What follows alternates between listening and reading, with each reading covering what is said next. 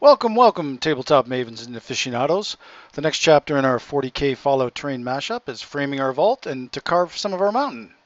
Throw us a like and subscribe, it's free. Check out our channel for the rest of the vids in this series. Our official mascot Titus approves of this message.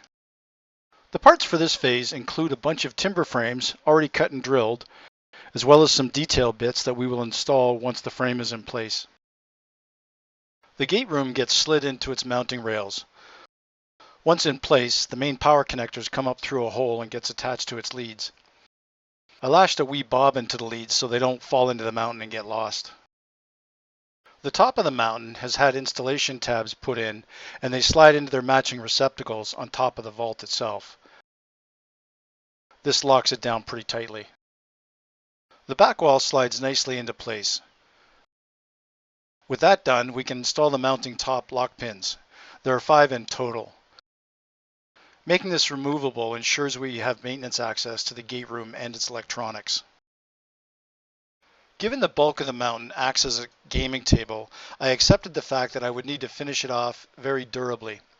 The result are 1 by 3 inch planks that I cut and drilled to act as edge bumpers, protectors, and edge hiding. The handles on the ends provide a convenient way of moving the mountain. The handles get their strength from being connected to the perimeter planks, and those planks are all anchored to the foam with 8 cm screws. While bulky, the mountain itself serves as a very durable gaming platform that will work well when placed on a table. With the framing installed, we can add some of our larger bits to each of the walls and underground vignettes. The Zone Mortalis pipes from Games Workshop made great conduits for the vault. These will of course be heavily weathered during the detailing phase. I carved out a couple radroach nests that I will populate later. This area will be heavily infested with them due to the broken conduit. The other end of the mountain has our rat mole nest. This too will have critters added later. There is a tunnel that goes up the side and out the front near the gate. Additionally, we're installing piping. These are in cross sections, so I will use some clear resin to fill them with liquids. There will be some heavily weathered vault walls exposed as well. I had a couple interesting geodes given to me, so I thought what a perfect use for them. We will see some close-up shots later on. With everything installed, we do a full systems power-up test. The Fallout shelter is now coming to full life and is really starting to look like a cohesive piece of art.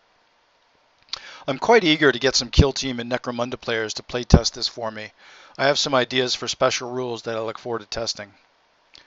With everything functionally working, I action the drawers to ensure the cables do not get tangled in the rear. To be honest, at this point I'm just enjoying the milestone of having everything functionally complete, watching the pretty lights and listening to all the sounds.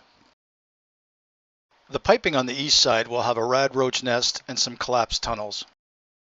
The mole rat tunnel system on the west side will connect to a hole near the gate. The back side features some geodes, rock formations, and some vault wall panels. The gate detail includes some more rock formations and the aforementioned mole rat tunnel entrance. With everything functionally complete, let's review the electronics room by room. The gate room electronics are run by an Arduino, an MP3 player, a servo, a 30 RPM motor, a 3 ohm speaker, limit switches, an H-bridge, and a flasher circuit. The 5 volts is for the rest of the lighting is all provided by the Arduino. The overseer's office has an Arduino running the wall monitor, and the Arduino provides 5 volts for the room lighting. The cafeteria has the simplest electrical setup. There are only a handful of 5 volt lights driven by a 9 volt to 5 volt buckboard. The infirmary has a flasher circuit buried in the back wall for the radiation alarms. Other than that, this room only needs 5 volts for the rest of the lights that's provided from a 9 volt to 5 volt buckboard. The storage room has an Arduino, a 30 RPM motor, MP3 player, 3 ohm speaker, limit switches, an H-bridge, and a 9 volt to 5 volt buckboard. This drives Mr. Handy around randomly. There was not a lot of room for the electronics on the back of this drawer. Another Arduino is used in the agriculture room. It measures the thermometer, which is hidden in the air vent, humidity, and displays it on the wall monitor. Additionally, 5 volts is provided from the Arduino to the rest of the lights. The barracks and private quarters room is quite cramped and busy.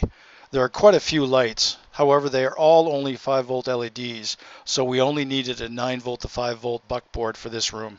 We managed to source some really cool effect LEDs for the reactor room. Because of this, we only needed to provide the 5-volt power from yet another 9-volt to 5-volt buckboard.